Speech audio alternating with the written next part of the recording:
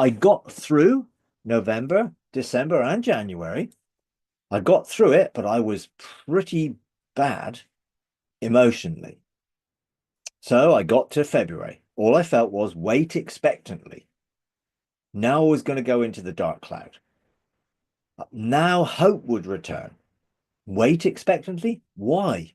Why have I got to wait? What am I waiting expectantly for? What are you going to do? When are you going to do it? Do it soon. This was how I was reacting. It was not pleasant, I got to admit. But I felt God shows. I felt God say. He didn't actually say it in words, but I felt God say fast for 20, I don't know, 20 days, 21 days. And then breakthrough would come. So I was like, okay, breakthrough. I got to hope. Can I last? Can I wait till breakthrough? That's another 20 days. So I started fasting. I was 8 days into the fast. And then I poisoned myself with contaminated water because I didn't clean out my water cooler. And then for the next 5 days, I couldn't keep any water down. I was pretty almost delirious. I was pretty bad. I'd had 8 days without any food, and now I couldn't keep any water down. You know, I had no sleep for those 5 days. I was physically totally on empty. All my reserves were gone, and I didn't do what I would advise anyone else to do. God said wait expectantly, so I waited, sort of tried to wait. I didn't fight. I didn't call the elders to pray. I just gave into it. I embraced it. I didn't know what to do. You know, people, in the house, they were like, no, you need to see the doctor. You need to get the doctor in, blah, blah, blah. But I was stubborn and I just said, no, I'm just doing this. So I carried on. Now, my soul had had enough of the suffering. So at this point, so I said to God, I surrender just to make it stop. But I didn't really mean it. But it did not stop. It intensified. And it would be another 2 weeks or more until I got to the absolute end of myself. And I truly got to the point where my soul just gave up, stopped asking the questions. I was now at a point where I could be still because I couldn't have any strength to be anything else. I was at the point where I could wait. I could rest because I couldn't do anything else. I could not even think. I was so weak. And I was tested. This was my Garden of Gethsemane, if you like. Body, soul, mind, emotions, and will were all completely shot. I think I got a small glimpse of what Jesus' sufferings must have been like. Let's say my experience on a scale was 100. Jesus was 107 billion times as much because he took on every one of our lost identity, of every human, and it could well be way more than that number. He took it all on. That's the depth of his love for us. He experienced all of our dark clouds. He experienced all of our lost identity, all of our brokenness, all of our woundedness, all of our rejection, all of our fear. He took it all in himself and he overcame it. So there were certain Bible verses that God sort of reminded me of, and I read them, and it felt like this is what I'm going through. Psalm 22, verse 1, my God, why have you forsaken me? I felt that. Far from my deliverance or the word of my groaning. I was groaning and complaining and moaning, and it felt like God was a million miles away. Oh my God, I cry by day, but you don't answer, and by night, but I have no rest. Yet you are holy. Now, that's all I could come to at that point. Where else have I got to go? I got nothing else but you. Now, of course, people use that verse to show that God had forsaken Jesus on the cross. He didn't. That was Jesus taking on our lost identity and identifying with our lostness and alienation in our own minds, not his. Because verse 24 in Psalm 22 says this, for he has not despised nor scorned the suffering of the afflicted. So God was not hard and callous and uncaring about what I was going through. He knew I needed to get to that point of total surrender. Nor has he hidden his face from him. He didn't hide his face from me. I just couldn't see it. When he cried to him for help, he heard. He heard my cries. He heard my questions. He totally heard what I was saying.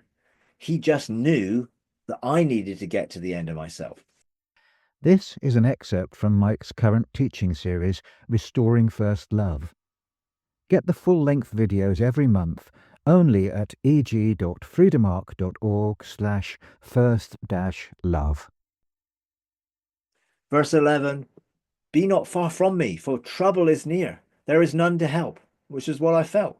Many foes have surrounded me. Strong foes have encircled me. They open wide their mouth at me as a ravening and roaring lion. I'm poured out like water. My heart is like wax. It is melted within me. My strength is dried up like a potsherd, and my tongue cleaves to my jaws. And that's what it felt like when I was going through, couldn't even drink.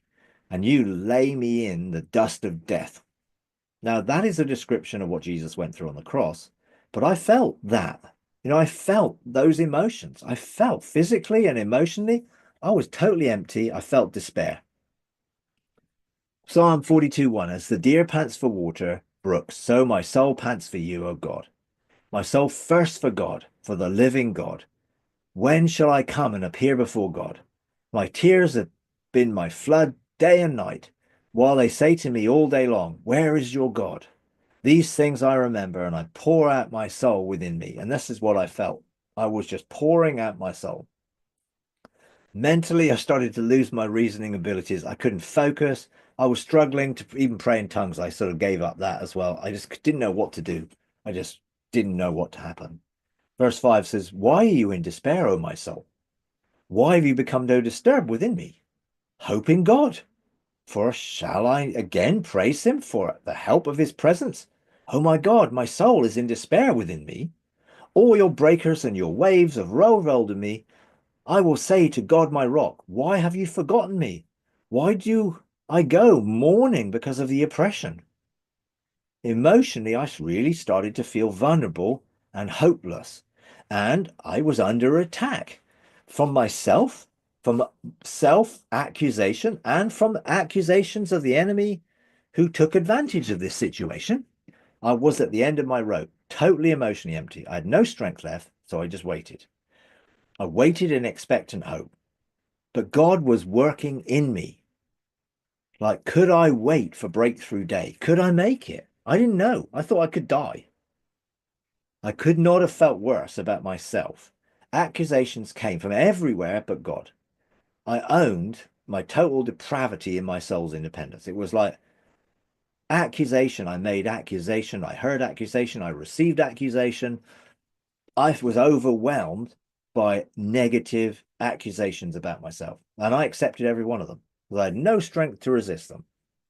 My soul had no self-worth left to fight with. This actually was God preparing me for the future. The stuff he was calling me in would bring all sorts of accusation from people, all sorts of future criticism, online trolling, accusations of heresy. They could never be as bad as what I felt about myself. I felt I was a terrible husband, a terrible father, a terrible leader, a terrible person. I couldn't have felt any worse. So no matter what anyone says, they could never say anything worse to me than I said about myself. Colossians 1:24 says this, now rejoice in my sufferings for you. Now this is Paul talking to the Colossians, obviously, and fill up in my flesh what is lacking in the afflictions of Christ for the sake of his body, which is the church. Now I was suffering, but what was really happening in my soul, I don't know. That's what I asked. What was happening? I needed true revelation of the state of my soul and what was still needed to take place. So in the Mirror Bible, it says this is why no form of suffering can interfere with my joy. And this is what God wanted to get me to, that my joy was not coming from the circumstance, but coming from my wonderful relationship with him, even though it didn't feel very wonderful at the time. Every suffering on your behalf is just another opportunity to reinforce that which might still be lacking in your understanding of the affliction of Christ on behalf of his body, which is the ecclesia church. So God has done it all, so we don't need to go through it when we surrender and trust him. But I didn't, so I was going through a form of suffering, identifying with it. Now, this is the notes to that verse. The inconvenience that Paul might be suffering on behalf of the believers is not to add to the sufferings of Christ. Nothing can add to those sufferings. He suffered and died and resurrected. as though the sufferings of Christ on our behalf was insufficient. But it is to further emphasize and confirm the principle of unselfish love that constrains New Testament ministry. It is the love of God that is the key. And this is what I think I was coming to in all my distress and anguish. And I was coming to it. Philippians 4:4, rejoice in the Lord always. Again, I will say rejoice. Now, it felt like I was getting to the point where I might be able to say that. I had no spiritual strength, even to give thanks, but the strength started to arise. It didn't come from me. From my spirit, hope began to fill my soul.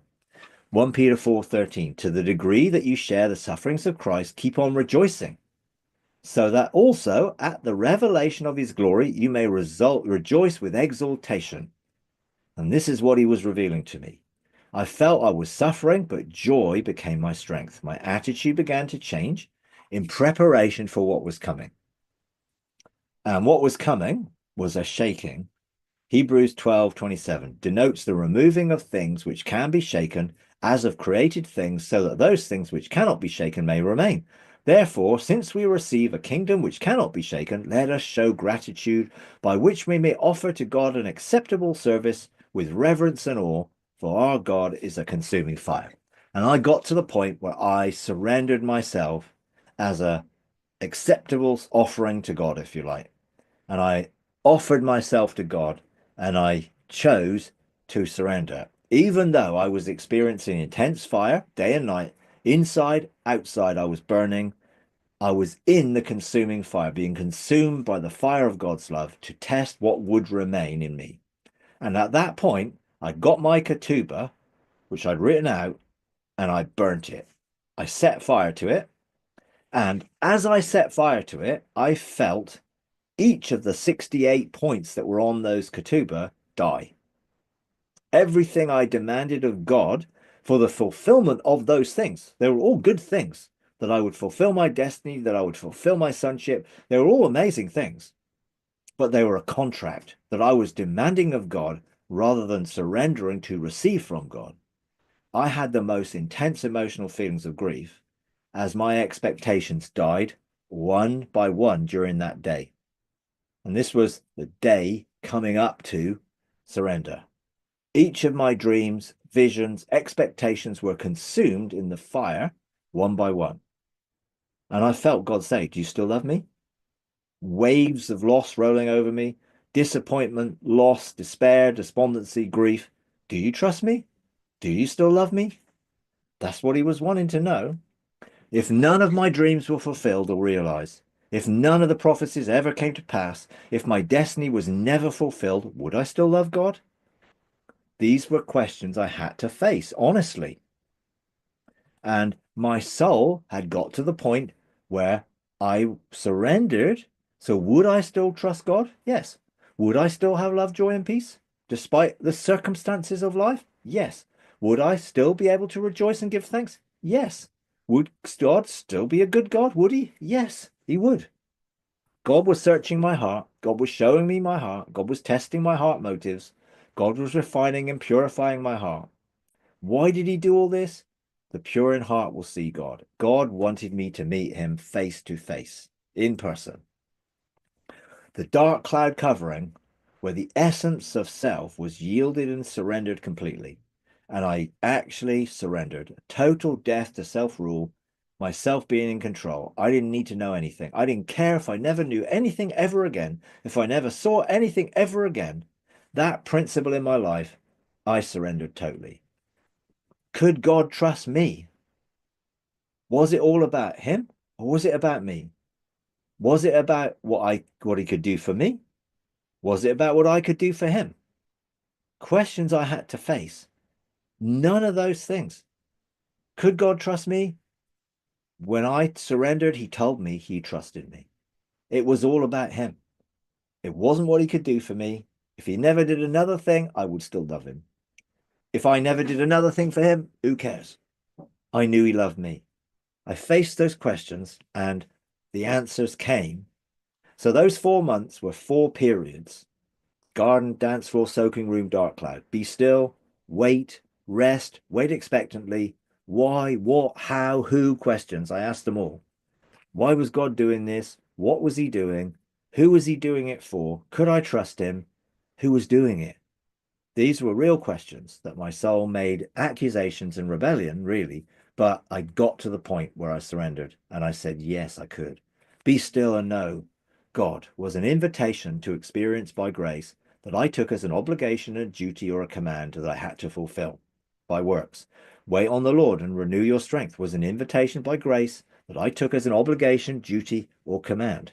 Rest by taking the yoke and learning from him was an invitation by grace that I took as an obligation, duty, and command, which was where my soul was. Waiting expectantly for breakthrough was an invitation by grace that I took as an obligation, duty, and command. But I got to the point where I surrendered my obligation, duty, my need for obedience, my need to please God. I surrendered. The Father was freeing me from the need to validate my own identity through works, through duty, through obligation to serve God. I saw my redemptive gift is not what I do, but who I am. I became free to go abundantly beyond whatever I could have imagined or thought. Was it all worth it?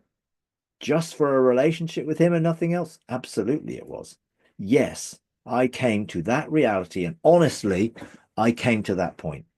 2 Corinthians 7:16, I rejoice that in everything I have confidence in you. And I came to that point in spite of what had happened when I surrendered. So that night, when I totally surrendered and found joy in the midst of the suffering, he separated and reintegrated my soul and spirit. So I could not do that to myself because I would have affirmed my own ability to do it. He had to do it. He is sharper than any two-edged sword. The word of God is living and active. Jesus separated me and he divided the thoughts and intentions of my heart and he revealed the core essence of my being. Everything changed that night. It was a Sunday night. I think it was the 20th February. The separation of soul ties to my spirit outside in, and then reintegration of my spirit to soul from inside out. Quantumly entangled. Jesus, the living word, did the separating and reintegrating. I was quantum entangled, integrated, and whole like absolutely never before. When I woke up the next day, breakthrough day, I woke up, I was totally restored to health and wholeness. I had no symptoms. I had no weakness. I had none of the symptoms that I had. My soul was healthy. I felt so alive, so much joined and integrated. And I engaged God. I went down, sat down in my chair, engaged God in the heavens once again. I was free, untethered to the earth by my soul. I was reintegrated with a quantum entanglement that freed me to dwell in the heavenly realms continually. My soul and spirit were daily engaging heaven together. It was a visionary cognitive experience before. I was stepping in through the veil and stepping back out. I was visiting but not inhabiting, not living in those dual realms. God wanted me to be able to abide there in his presence. When I became untethered from the earth, dual and multi-realms living became possible as my spirit and soul became unified and connected in heaven and on earth. Everything that the Father wanted to reveal to me became accessible. He took me beyond anything I could ever imagine or think. My spirit could stay in heaven and has stayed in that realm from that day. I've never, ever left that realm. My spirit could stay there. My soul became the channel for heaven to touch earth. Expanding the kingdom as the gateway of heaven into the earth became possible by being joined to the Lord, one spirit with him. It was such an amazing experience. When I look back, I can smile, I can rejoice in it, I can celebrate what the Father did. It was awesome. And I'm so grateful that he loved me enough to take me through that process, to set me free, to know his unconditional love, his limitless grace, his triumphant mercy. Now we're going to go into an encounter, and I encourage you to open your hearts, ask Jesus to take you wherever you want to, where he wants you to go, to experience whatever you want to, what he wants you to experience, engaging with the Father's heart, perhaps. If you're willing to embrace the dark cloud or whatever that experience is for you, and you're willing to say to him, I choose to engage this path of transformation, then tell him. But only go where he leads. Don't set the agenda yourself. You can desire it, but you can't make it happen. He has to lead you into it. So going right back to the beginning of this series, to experience first love, we have to abandon our soul into the trust of God, who loves us unconditionally, which is what he wanted me to get to. That's how I got out of the boat. We all need to get out of the boat of survival and sink into the vast ocean of unconditional love so we can trust God within that place of intimacy and love.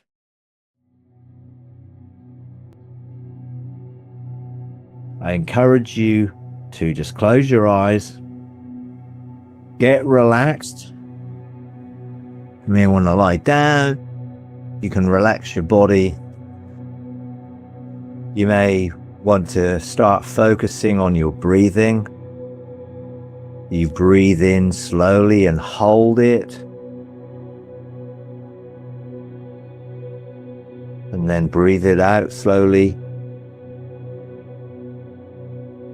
And as you're breathing in and breathing out, you start to focus your thinking on God, the Father, who is love. And as you begin to breathe in, you're breathing in unconditional love. The love of the Father for you as a son, as a daughter, as a child. Breathe it in.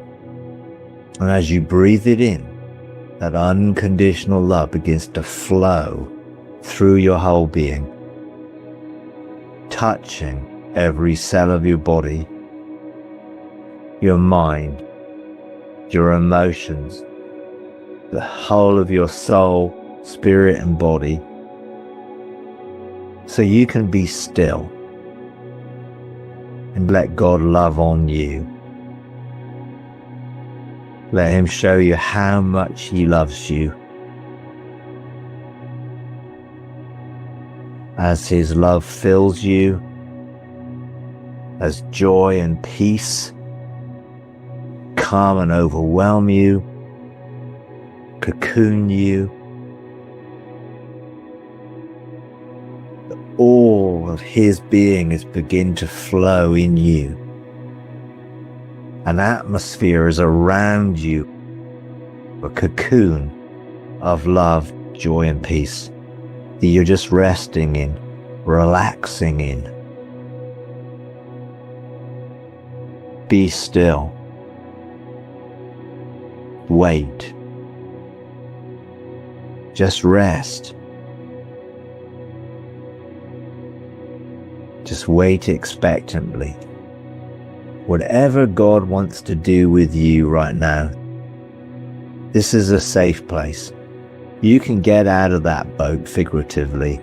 You can choose to abandon yourself, sink into that vast ocean of unconditional love, where God's love is so strong, so powerful that you can trust him, that he's a good God, that he wants the best for you. Just go deeper and deeper into that love as he restores that first love to you. You can sink deeper and deeper. There may be things around you that you sense or feel. Be willing to go deeper and deeper into love.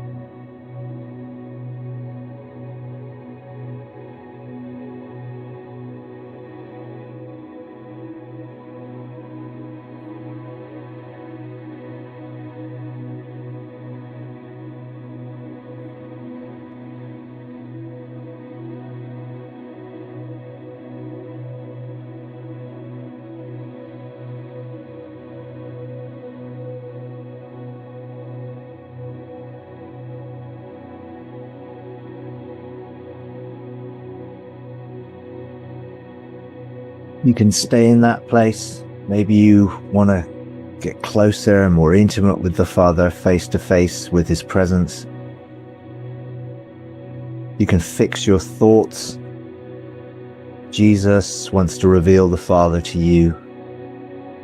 The Holy Spirit wants to reveal Jesus to you, so they can reveal themselves to you in intimacy. Think about the Father meeting you. Fix your thoughts in your imagination. Picture a door in your spirit. And you can choose to open that door. Invite Father's presence in to hug you, to breathe his breath of life into you. And as the Father embraces you in love, be open for wherever the Father wants to lead you. Maybe to the soaking room, if that's where you are, to the realms of heaven where you can engage the judgment seat. Maybe the altar of fire or the river of fire. Maybe you want to take your scroll to have it tested and purified by the consuming fire of his love. Perhaps ask him to take you into that dark cloud experience if you're willing, if you feel that the desires of your heart are set upon it.